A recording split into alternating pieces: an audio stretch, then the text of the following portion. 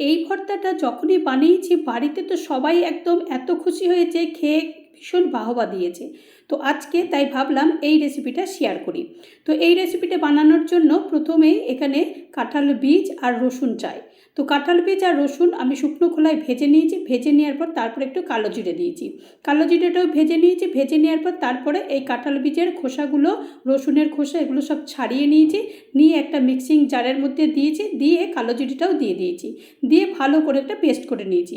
Paste করে নেওয়ার পর কিছু কাঁচা লঙ্কা দিয়েছি আর সামান্য জল দিয়ে ভালো করে এটাকে পেস্ট তৈরি করে নিয়েছি। গ্যাসে কড়াই বসিয়ে দিয়েছি। সর্ষের তেল গরম করতে দিয়ে একটা পেঁয়াজ একটু স্লাইস করে কেটে নিয়েছি। একটু ভাজা ভাজা করার পরে তারপরে এই পেস্টটা দিয়ে দিয়েছি। দিয়ে দেওয়ার পর স্বাদ মতো একটুখানি হলুদ দিয়ে দিয়েছি। দিয়ে এটাকে ভালো করে বেশ নাড়াচাড়া করে নিয়েছি। নাড়াচাড়া করতে করতে তারপরে পরিমাণ মতো নুনটা দিয়ে দিয়েছি। দিয়ে দেওয়ার পরে তারপরে এটাকে ভালো করে আরেকবার নাড়াচাড়া করে নিয়ে ব্যাস তৈরি হয়ে গেছে কাঁঠাল বীজের ভর্তা। এই ভর্তাটা একবার গরম ভাতে খেয়ে দেখুন কেমন লাগে। ভালো লাগলে অবশ্যই লাইক করবেন।